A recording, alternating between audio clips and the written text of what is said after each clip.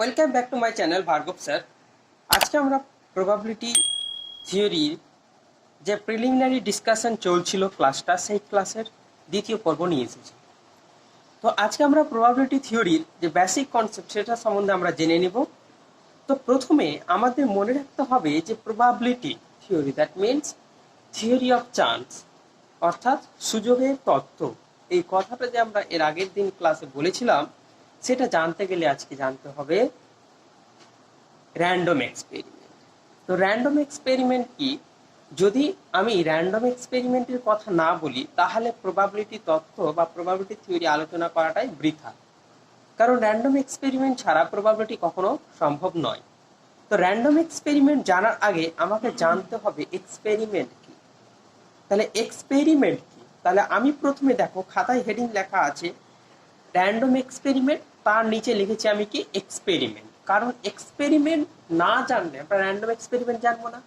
কারণ random experiment is nothing, just a type of an experiment. So we have to know about experiment, and after that we have to know the random experiment. It's okay? চলো শুরু করা যাক। Experiment বলছে an experiment generally means an act which will produce some results and which can be repeated under identical or uniform conditions. তাহলে কি বললো কথাটা? বলছে এক্সপেরিমেন্ট হলো সাধারণত একটা কাজ। কি বলছে? an experiment generally means an act, তাহলে এক্সপেরিমেন্ট হলো একটা কাজ which will produce some result, যে কাজটা কি করবে? কিছু ফলাফলকে প্রদর্শন করবে। কি করবে? কিছু ফলাফলকে প্রদর্শন করবে। and which can be repeated under identical or uniform condition, এবং যে কাজটা কিছু আইডেন্টিক্যাল অথবা ইউনিফর্ম কন্ডিশনের রেসপেক্টে ওটাকে রিপিটেড করা যাবে, মানে বারবার ওটাকে সম্পাদন করা যাবে। তার মানে identical or uniform condition means, identical মানে হলো তুমি কোনো একটা শর্ত দিয়েছো, যে শর্তে কোনো একটা ঘটনা ঘটাচ্ছ। মনে করো তুমি ক্রিকেট খেলা খেলবে, তাহলে তোমাকে দুটো দল থাকতে হবে মিনিমাম, এবং দুটো দলের মধ্যে কে আগে খেলবে এবং কে পরে খেলবে, এই কন্ডিশন, এটা একটা কন্ডিশন।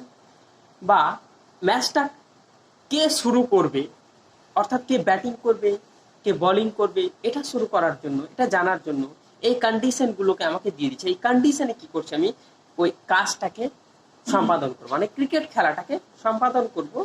এক্সপেরিমেন্টে কি হচ্ছে? ক্রিকেট খেলা। এবার কে ব্যাটিং করবে কে বোলিং করবে, এই যে জিনিসটা আমরা জানতে চাই, এইটা জানার জন্য এমন একটা কাজ করব, ধরুন একটা কয়েন টস করব।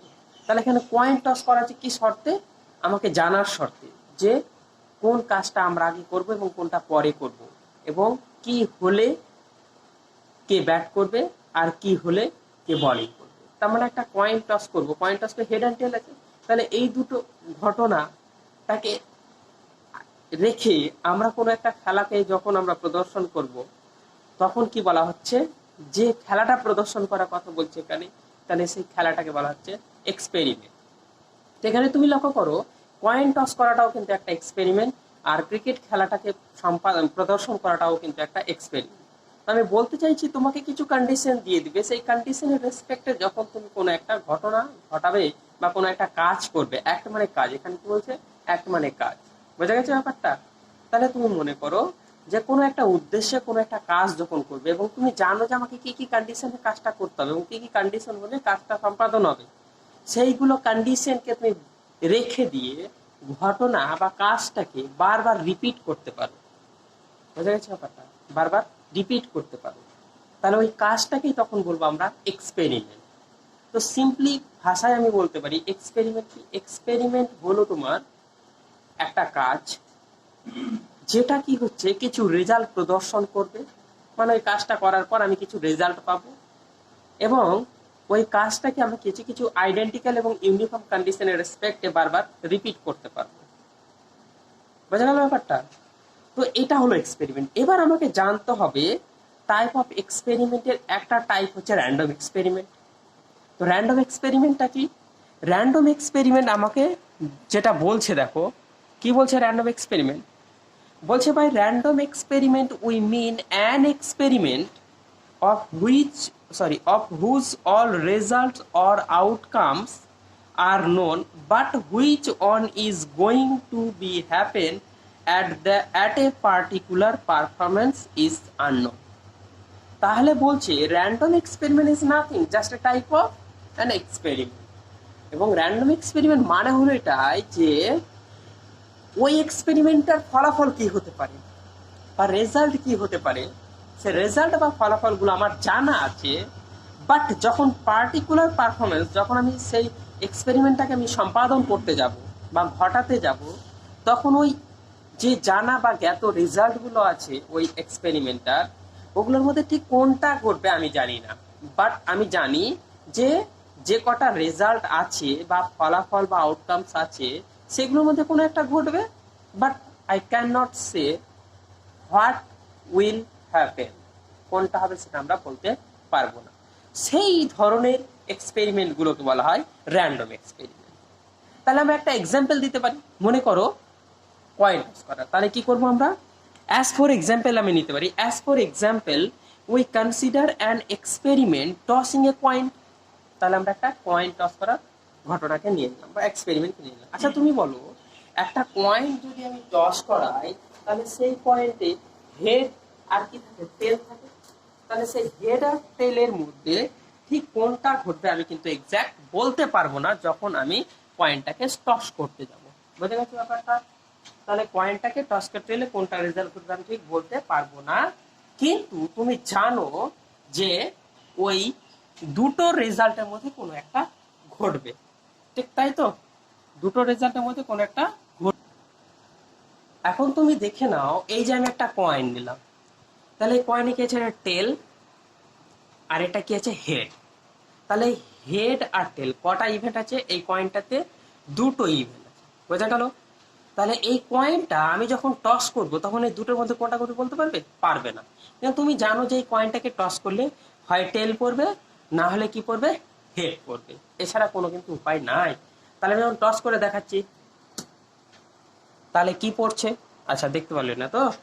দেখো আমি কয়েনটাকে টস করছি, দেখো টেল পড়লো তো, কি পড়লো দেখো, হেড পড়ছে। আবার যদি আমি টস করি, আবার টস করছি, দেখো হেড পড়ছে। তো এটা আমি কিন্তু বলতে পারবো না ঠিক কি পড়বে। হ্যাঁ, কয়েন টস করার একটু চালাকিও আছে, আবার ওই চালাকি ক্ষেত্রে তুমি হেডকেও ফেলতে পারো, টেলকেও ফেলতে পারো, কিন্তু ভালোভাবে টস করলে কিন্তু তোমার কি হেডও পড়তে পারে, টেলও পড়তে পারে, ঠিক আছে? তখন এই ধরনের, এই যে আমি কয়েনটাকে টস করছি, এই কয়েন টস করার ঘটনাকে কি বলছে?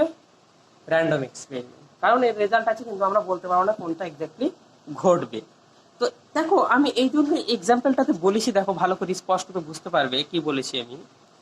We know in tossing a coin there are two results, head and tail, but we can tell what result will occur at the time of happening.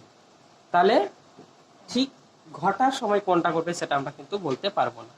এবার আমরা এক্সাম্পল 2 হিসেবে নিতে পারি, দেখো কি লিখেছি, throwing a die. In this throwing a die, আমরা এই থ্রোয়িং এ ডাইটাই কি করলাম, একটা র্যান্ডম এক্সপেরিমেন্ট ধরে নিলাম। তাহলে তুমি জানো যে একটা ডাই থ্রো করলে সেখানে কটা রেজাল্ট থাকতে পারে, 1 2 3 4 5 6। তাহলে এই 6টা রেজাল্ট জানো, কিন্তু তুমি কি বলতে পারবে যে যখন তুমি টস করবে তখন 1 পড়বে না, 2 পড়বে না, 3 পড়বে না, 4 পড়বে না, 5 পড়বে না, 6 পড়বে? বলতে পারবে না, বাট তুমি এইটুকু শিওর যে ওগুলোর মধ্যে কোনো একটা পড়বে। দেন we can say this experiment, that is throwing a die, is a random experiment. বোঝা গেছে ব্যাপারটা? তো আমি এটা এখানে কিন্তু বলেছি।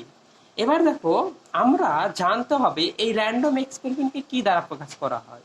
র্যান্ডম এক্সপেরিমেন্টকে আমরা সর্বদা কি দ্বারা, ক্যাপিটাল ই দ্বারা প্রকাশ করে থাকবো। এবার তারপরে কথা হলো যে এই যে তুমি র্যান্ডম এক্সপেরিমেন্ট জানলে, তাহলে এই যে র্যান্ডম এক্সপেরিমেন্টের মধ্যে যে রেজাল্ট গুলো বা আউটকামস গুলো পাচ্ছ সেগুলো প্রত্যেকটাকে বলা হয় স্যাম্পল পয়েন্ট বা ইভেন্ট, ঠিক আছে? এবং সেই সমস্ত রেজাল্ট গুলোকে নিয়ে যে সেটটা তৈরি হয় সেটাকে বলা হয় sample space or event space or outcome space. তো ঠিক আছে, তো আমরা সেগুলো এখন জেনে নেবো। দেখো কি বলছে, বলছে sample point, sample space or event space or outcome space. কি বলছে দেখো, in any random experiment any simple event, যে কোনো একটা সিম্পল ইভেন্ট মানে র্যান্ডম এক্সপেরিমেন্ট ঘটাচ্ছে তো তার যে কোনো একটা ঘটনা, যে মানে যেটা রেজাল্ট হবে, যে কোনো তুমি রেজাল্ট নিতে পারো, সেই রেজাল্টটা বলছে, ঠিক আছে। Any simple event connected with that experiment is called an event point or simply a point. হয় সেটাকে তুমি ইভেন্ট পয়েন্ট বলতে পারো, নাহলে সিম্পলি এ পয়েন্ট বলতে পারো। তাহলে বুঝতে পারো ব্যাপারটা, যে কোনো র্যান্ডম এক্সপেরিমেন্ট নিব, সেই র্যান্ডম এক্সপেরিমেন্টের সাথে যে রেজাল্টগুলো কানেক্টেড আছে, সেই প্রত্যেকটা রেজাল্টকে সিম্পলি আমরা বলতে পারি event point or a simply a point. বোঝা গেল ব্যাপারটা? তো আমরা এরপরে চলে আসব স্যাম্পল স্পেসটা কি বলছে। The set of all possible event points is known as the sample space or event space or outcome space. তার মানে কোনো একটা র্যান্ডম এক্সপেরিমেন্ট ঘটাবো, মনে করো থ্রোয়িং এ ডাইস, তাহলে থ্রোয়িং এ ডাই যখন থ্রো করছি, ওই ডাইটাতে কটা রেজাল্ট আছে? 6টা। তাহলে এই 6টা রেজাল্টকে যদি আমি সেটের মধ্যে লিখি তখন সেটাকে কি বলবো? Sample space. ঠিক আছে, কার?